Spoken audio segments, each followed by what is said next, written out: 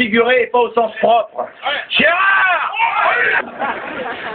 Tout d'abord, je tiens à remercier tous celles et ceux qui nous ont rejoints ici en grand nombre, mais aussi tous ceux qui, pendant 2 mois de préparation, se sont donnés corps et âme pour œuvrer à la réussite de ce rassemblement.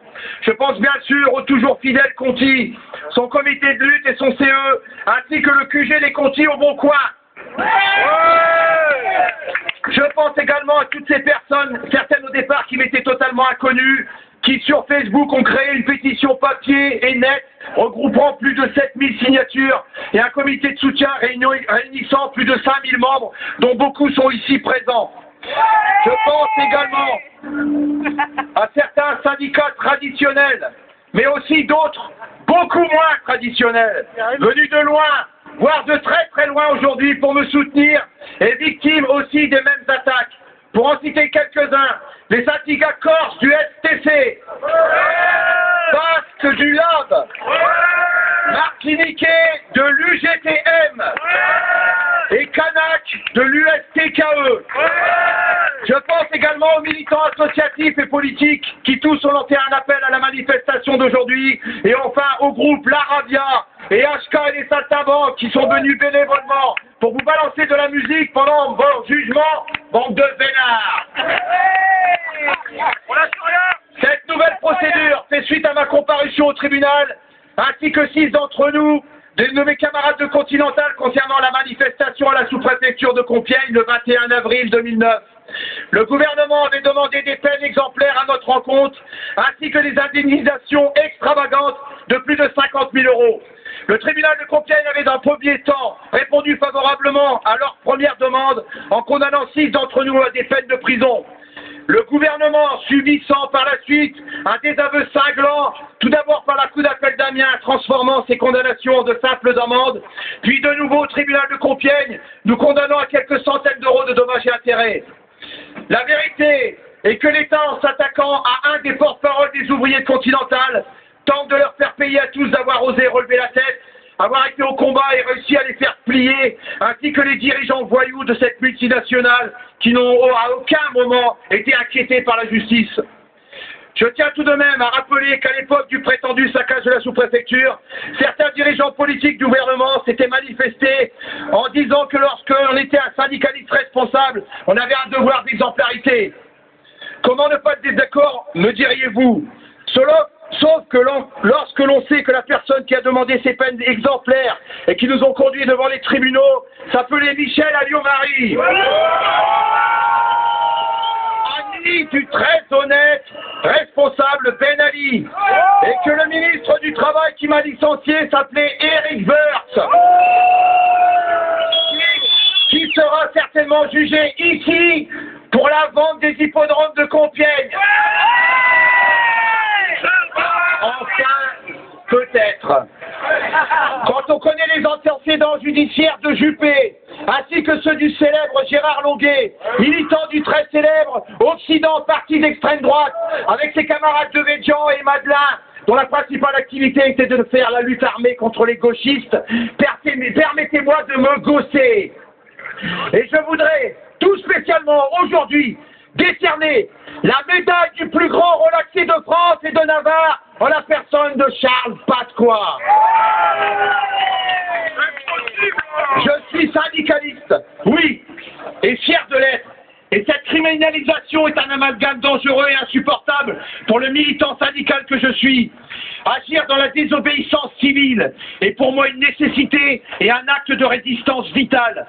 Comment ne pas s'indigner quand on voit que sur le nombre astronomique de 15 000 demandes d'autorisation de licenciement de représentants syndicaux au ministère de la Justice, du Travail, excusez-moi, c'est un lapsus, tous les ans, 13 000 sont autorisés. Ce même ministère de la Justice qui, à l'annonce des fermetures d'usines, feint de crier au scandale et s'empresse les talons tournés de servir ses maîtres en validant les raisons économiques de ces mêmes fermetures, comme à Continental, Philips Dreux, Molex, New Fabrice, j'en passe et des meilleurs. Des centaines de milliers de travailleurs jetés à la rue par des entreprises du CAC 40, multipliant leurs milliards d'euros de bénéfices et battant le record de 85 milliards de dividendes distribués aux actionnaires. Pendant que les travailleurs restants sont oppressés, humiliés, sous-payés. Comment accepter que de se faire traîner en justice comme un criminel, alors que dans le même temps sévissent en liberté les dirigeants de France Télécom, responsables d'avoir poussé en 3 ans 57 de leurs salariés au suicide? Qu'ont-ils fait subir ces dirigeants à ces salariés, à tel point qu'ils préfèrent l'horreur que de s'immoler par le feu plutôt que de retourner au travail? C'est pour tout cela justement que je m'oppose à cette loi inique, car je refuse d'être montré comme un délinquant dont le seul délit est d'avoir défendu nos emplois, nos droits, et une chose que nous possédons nous tous, notre dignité. Alors, que Woerth garde ses légions d'honneur pour ces petits soldats capitalistes et leurs larbins. Moi, j'ai reçu la plus belle, elle est là au fond de mon cœur. Et elle a pour nom résistance, dignité. Elle est fierté d'avoir été un porte-parole de la lutte de mes camarades de Conti. Fierté de ce combat héroïque que nous avons mené face à ce système capitaliste, juste bon qu'à engendrer misère, peur, racisme, sacrifiant l'humain pour le fric.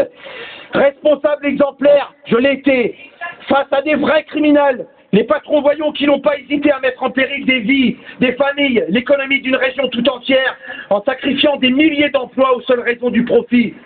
Ce sont ceux qui ont profité de cette soi-disant crise pour piller les salariés de leur outil de travail. Je dis bien de leur outil de travail, car ce sont eux qui l'ont façonné, amélioré, payé de leur sueur au détriment de leur vie de famille, de leur santé après plus de 40 ans pour certains. Cette loi a été élargie au délit en 2003 par Sarkozy, y rendant coupable et condamnable tout militant syndical, mais aussi associatif, politique, dans le seul but, vous l'aurez compris, de pouvoir continuer sa politique sécuritaire, totalitaire et liberticide au service des capitalistes, des patrons multinationales, des banquiers, des spéculateurs en tout genre. George Orwell, salaud, 1984 est devenu le livre de chevet du petit.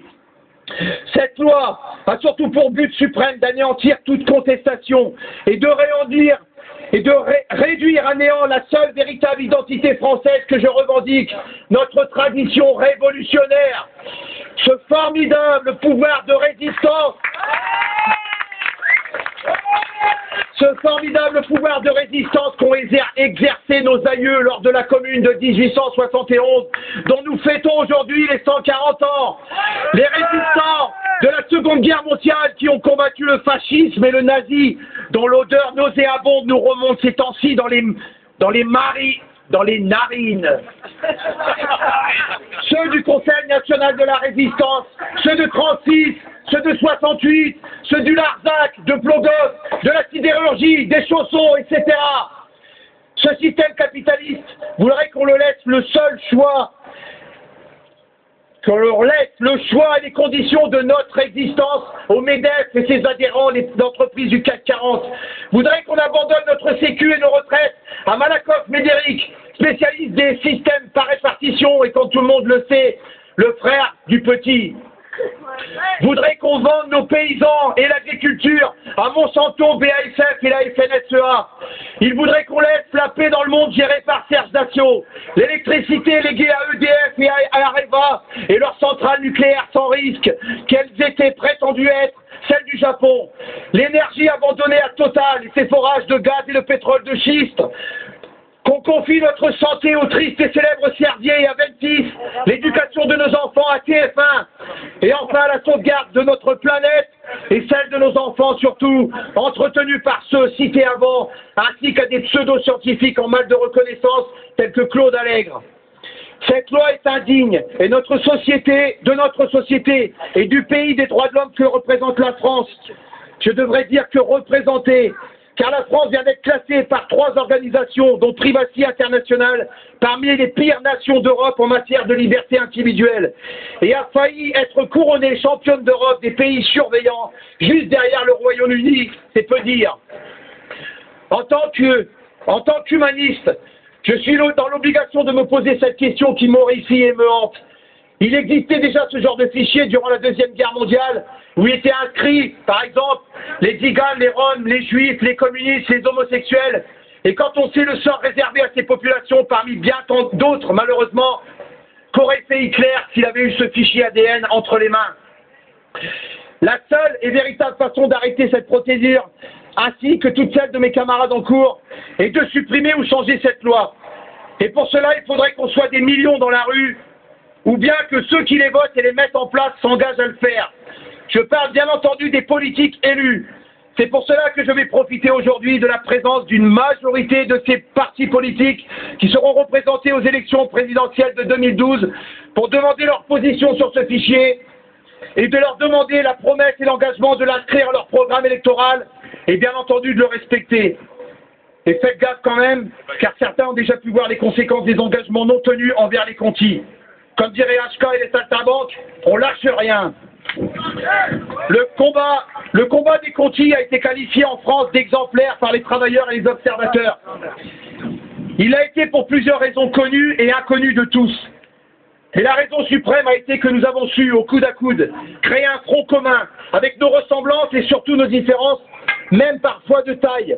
Il a fallu ravaler nos rancœurs et nos haines individuelles pour le bien collectif, s'unir pour une seule et unique cause commune, combattre et vaincre.